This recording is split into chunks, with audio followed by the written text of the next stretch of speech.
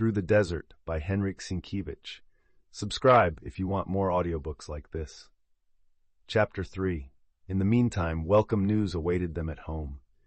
Mr. Tarkowski and Mr. Rawlison, being experienced engineers, had been invited a few weeks before to inspect and report on the works of the whole canal system in the province of El Fayoum, in the vicinity of Medinet on Lake Karun, as well as along the Yusuf and the Nile rivers.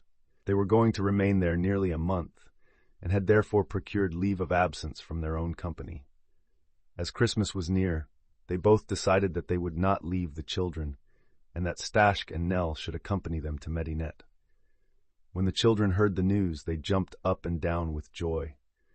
Until now, they had only known about the cities bordering on the canal, such as Ismailia and Suez, and on the other side of the lake, Alexandria and Cairo, from which they had visited the Great Pyramids and the Sphinx. But these were short excursions, whereas the expedition to Medinet El Fayoum was a whole day's journey by train along the Nile to the south, and then from El Wasta to the west toward the Libyan desert. Staś knew Medinet from the description given by the younger engineers and travelers, who went there to hunt all kinds of waterfowl, as well as wolves and hyenas in the desert. He knew that the town was a large isolated oasis on the left bank of the Nile, but that it was independent of the river's overflow, having a water system of its own, formed by Lake Karun and the Bahr Yusuf, and many small canals. Everyone who had seen the oasis said that although this strip of land belongs to Egypt, it is separated from it by the desert, and seems to be an isolated spot. Only the river Yusuf, like a thin blue ribbon, connects this district with the Nile Valley. The great abundance of water, the fertility of the land, and the luxuriant vegetation make it an earthly paradise, and the extensive ruins of the ancient city of Crocodilopolis attract hundreds of curious travelers. Staś was especially charmed with the shores of Lake Karun, with its flocks of birds, and by the wolf-hunting expeditions in the desert hills of Jebel el Sedment. Staś's vacation would not begin until a few days later, but as the inspection of the works on the canal was pressing, the fathers had no time to lose. So it was decided that they were to leave at once, and that the children, together with Mrs. Olivier, should follow them a week later. Nell and Staś wanted to start at once, but Staś did not venture to coax to go with them. For this reason they began to study and to inform themselves about everything concerning the journey, and it was with great joy that they learned they would not have to live in uncomfortable hotels kept by Greeks, but in tents placed at their disposal by Messrs. Cook & Co., traveling agents. For travelers from Cairo to Medinet, and also for people who intend staying there for any length of time, the company supplies tents, servants, cooks, provisions, horses, camels, donkeys, and guides, so as to relieve the traveler of all care. This is indeed an expensive way of traveling, but Mr. Tarkowski and Mr. Rawlison were not obliged to think of this, because all expenses were paid by the Egyptian government, which had asked them, as experts, to inspect and report on the canal works. Nell, whose greatest pleasure was riding a camel, made her father promise to get her one, on which she, in company with Mrs. Olivier or Dinah, and sometimes Staś, might go along with the excursions to the borders of the desert and to Lake Karun. Mr. Tarkowski promised Staś that sometime he would allow him to hunt wolves by night, and if he received a good report at school, he would get him a genuine English shotgun and an entire hunting outfit. As Staś was sure of having a good report, he immediately imagined himself the possessor of the gun, and resolved to accomplish difficult and wonderful and unheard-of deeds. The happy children conversed about these things and made plans during the entire dinner. Mrs. Olivier was not at all enthusiastic about the coming journey, for she felt no desire to leave the comfortable villa in Port Said. At the very thought of living in tents, and especially at the prospect of taking excursions on camels, she began to be frightened. She had made several attempts to take similar rides, such as Europeans living in Egypt usually take, but it had always ended disastrously. Once the camel had stood up too soon, and as she had not settled herself in the saddle, she slid from his back to the ground. Another time a dromedary, which is not accustomed to light burdens, shook her up so that she did not recover for 2 days. Nell, on the other hand, after 2 or 3 rides that her father had allowed her to take, declared that there was nothing in the world more delightful. But Mrs. Olivier had nothing but unpleasant memories of her rides. She said that it was all right for Arabs, or for such little crabs as Nell, who felt the shaking no more than a fly that had alighted on the camel's hump. But for older people, the serious and rather heavy people who are sure to be seasick, it was a very different matter. But she also had other reasons to be alarmed when she thought of Medinet el Fayum. In Port Said, as well as in Alexandria, Cairo, and in fact throughout Egypt, people talked of nothing else but the revolt of the Mahdi and of the cruel deeds of the dervishes. Although Mrs. Olivier did not exactly know where Medinet was, she felt uneasy lest it might be in too close proximity to the Mahdists, and at last she asked Mr. Rawlison. But he only smiled and said, "The Mahdi is at present besieging Khartoum, which is defended by General Gordon. Do you know how far it is from Medinet to Khartoum?" "I have not the least idea." "About as far as from here to Sicily," replied Mr. Tarkowski. "Almost," corrected Staś. "Khartoum lies at the junction of the White Nile and the Blue Nile. Much of Egypt and the whole length of Abyssinia separate us from it." He was on the point of adding that even if Medinet lay nearer the districts most affected by the insurrection, he would always be there with his rifle. But when he remembered that he had been repeatedly reproved by his father for similar bragging, he was silent. The two fathers began conversing about the Mahdi and the insurrection, for this was the most important news concerning Egypt. The news from Khartoum was not encouraging.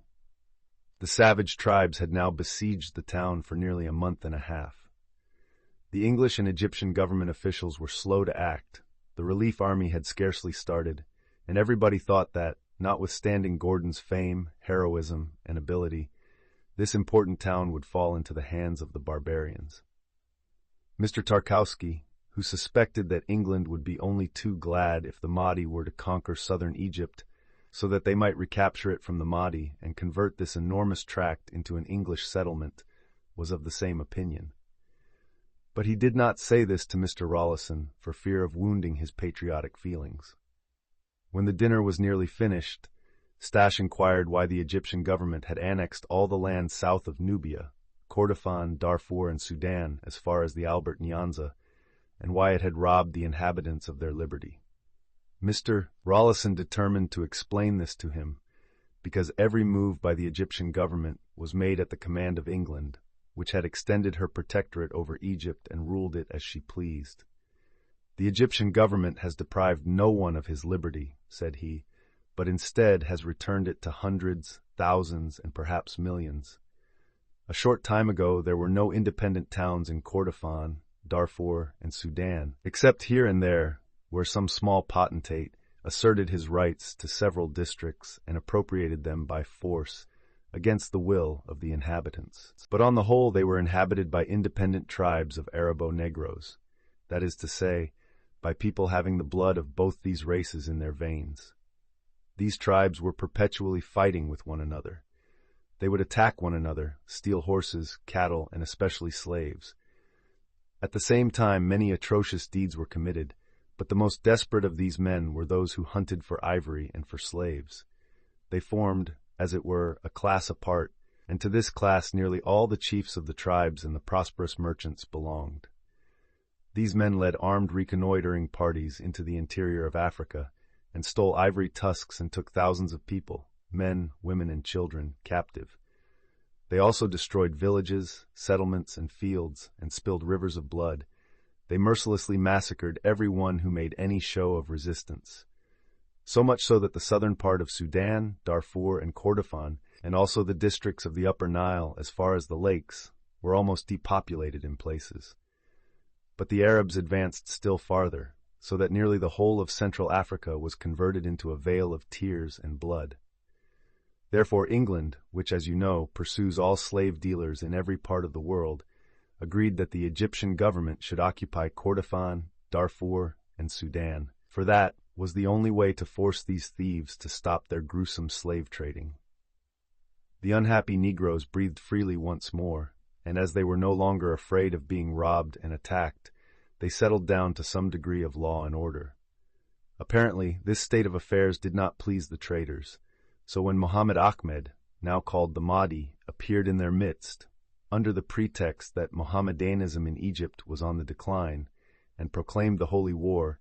All the men of one accord took up arms, and thus the terrible war began, in which until now the Egyptians have fared very badly. The Mahdi has beaten the Egyptian troops in every battle and has taken possession of Kordofan, Darfur, and Sudan. His tribes are now besieging Khartoum and advancing as far north as the borders of Nubia. "And is it possible that they can reach Egypt?" asked Staś. "No," answered Mr. Rawlison. "The Mahdi, it is true, has proclaimed that he will conquer the whole world, but he is a barbarian and does not know what he is talking about. He cannot conquer Egypt, for England will not permit it. But suppose the Egyptian army be worsted, then the English troops, which are invincible, will appear on the scene. And why did England permit the Mahdi to take possession of so many districts?"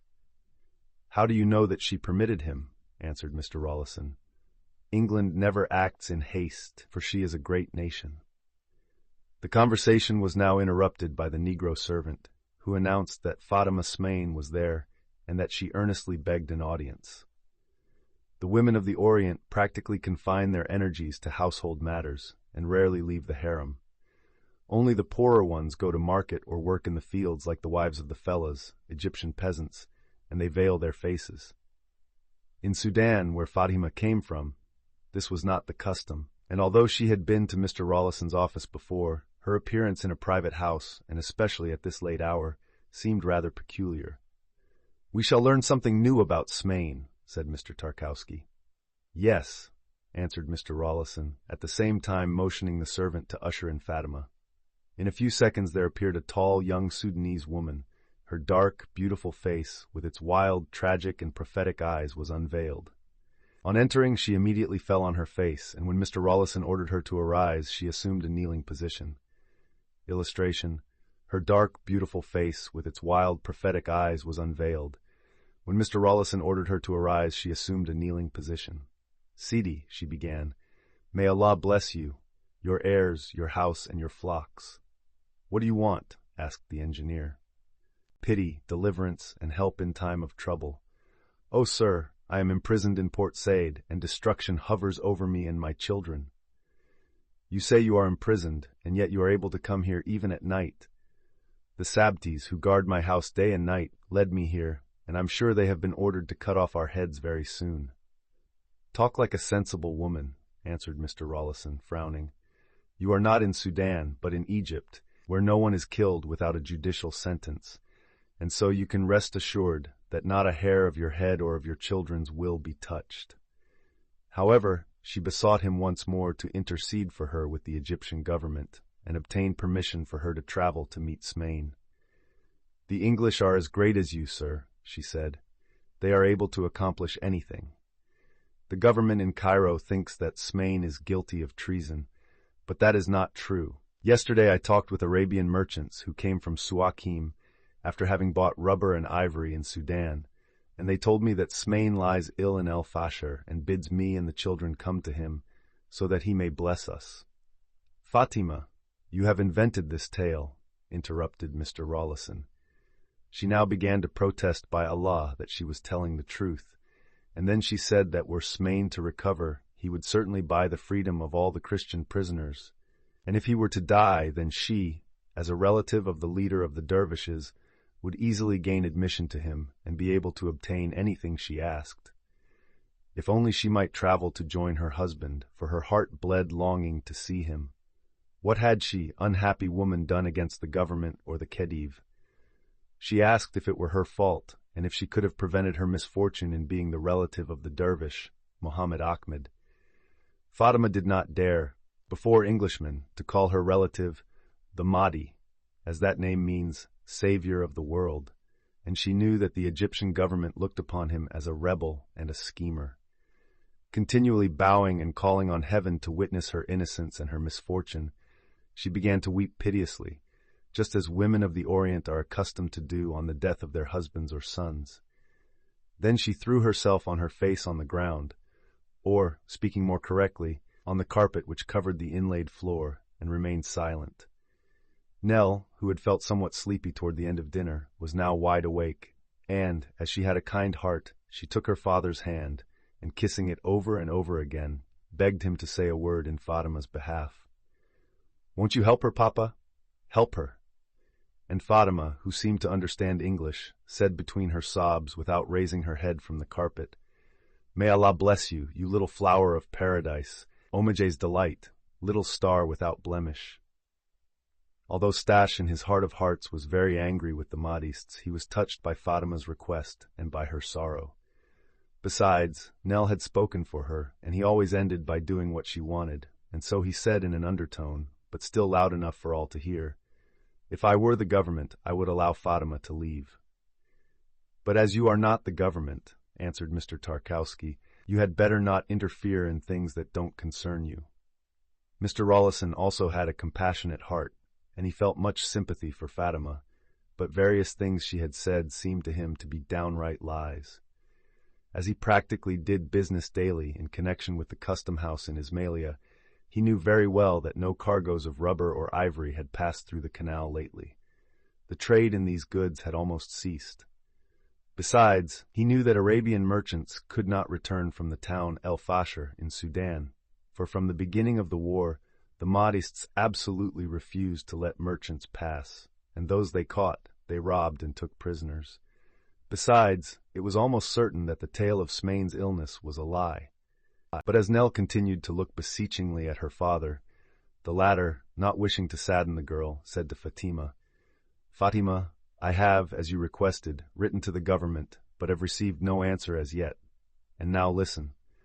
Tomorrow we are going with the Mehendis, engineers, to Medinet El Fayum. On the way we shall remain a day in Cairo, for the Khedive wishes to speak to us and give us orders about things concerning the canal, which is being directed from Bar Yusuf. During the conversation I will try to tell him your position and gain his good will for you, but I can do no more, and I cannot promise anything." Fatima arose, and stretching out both hands in thanks, she cried out, "And so I'm saved." "No, Fatima," replied Mr. Rawlison, "do not speak of deliverance, for I have already told you that neither you nor your children are threatened with death. But whether or not the Khedive will permit you to depart, I cannot tell, for Smain is not ill, but a traitor, who, after having taken with him the government's money, has not the least idea of redeeming the prisoners taken by Mohammed Ahmed." "Sir, Smain is innocent, and he is in El Fasher," repeated Fatima, "and even if he had been unfaithful to the government, I swear to you, my benefactor, that if I am permitted to leave, I shall plead with Mohammed until I have succeeded in making him release your prisoners." "Very well. I promise you once more that I will intercede for you with the Khedive." Fatima began to bow very low. "Sidi, I thank you. You are not only powerful, but just, and now I beg you to let us serve you as slaves." "In Egypt there are no slaves," answered Mr. Rawlison with a smile. "I have servants enough, and besides, I would not be able to give you a position as servant, for as I have already told you, we are going to Medinet, and we may stay there till the feast of Ramadan." "Sir, I know it, for the overseer Chadigi told me. And when I heard it, I not only came to beg you for help, but also to tell you that 2 men of my tribe, the Dangali, Idris and Geber, are camel drivers in Medinet, and that as soon as you reach there, they will place themselves and their camels at your disposal." "Good, good," answered the director, "but the Cook Company is attending to all these details for us." Kissing the hands of the 2 gentlemen and the children, Fatima departed, blessing Nell as she went. The 2 engineers were silent for a while, and then Mr. Rawlison said, "Poor woman, she tells lies such as no one outside of the Orient would dream of. Even in her shower of thanks a false note is heard." "Certainly," answered Mr. Tarkowski, "but it is also true that, whether Smain be a traitor or not, the government has no right to detain her in Egypt, for she is not responsible for her husband's acts. The government at this time does not permit any Sudanese to travel to Suakim and Nubia without permission, and this does not apply to Fatima only. There are many Sudanese in Egypt. They came here to make money, and among them are a certain number belonging to the Dangali tribe, from which the Mahdi comes. For instance, to it belong not only Fatima, but Chadigi and those 2 camel drivers in Medinet. The Mahdists say the Egyptians are Turks and are at war with them, and among the Arabs settled here are numerous followers of the Mahdi, who would like to go over to his side if they dared. They include all fanatics, all followers of Arabi Pasha, and many of the poorer classes. They are at outs with the government for having submitted to English influence, and pretend their religion suffers in consequence. Heaven knows how many have already fled by way of the desert, and by so doing have avoided the usual water route to Suakim. And as the government found out that Fatima had attempted to escape also, it ordered her to be placed under guard. Only by exchanging her and her children, as they are related to the Mahdi, for our men captured by them, may we hope to get them back. Do the lower classes in Egypt really sympathize with the Mahdi? The Mahdi has followers even among our soldiers, and perhaps that is the reason they fight so badly. But how can the Sudanese escape by way of the desert? It is thousands of miles long, and yet slaves have been brought into Egypt that way. I do not believe that Fatima's children could stand a journey like that, but she will make it shorter by crossing over to Suakim. All the same, she is a poor woman.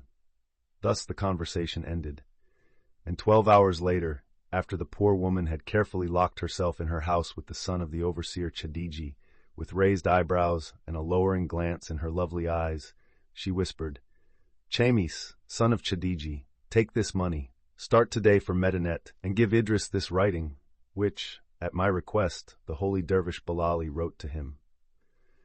The children of these Mehendisi are good, i.e. good material to be used to further our ends. There is no other way, if I cannot gain permission to travel. I know that you will not betray me. Remember that you and your father belong to the Dangali tribe, the same tribe to which the Mahdi belongs." Remember to subscribe.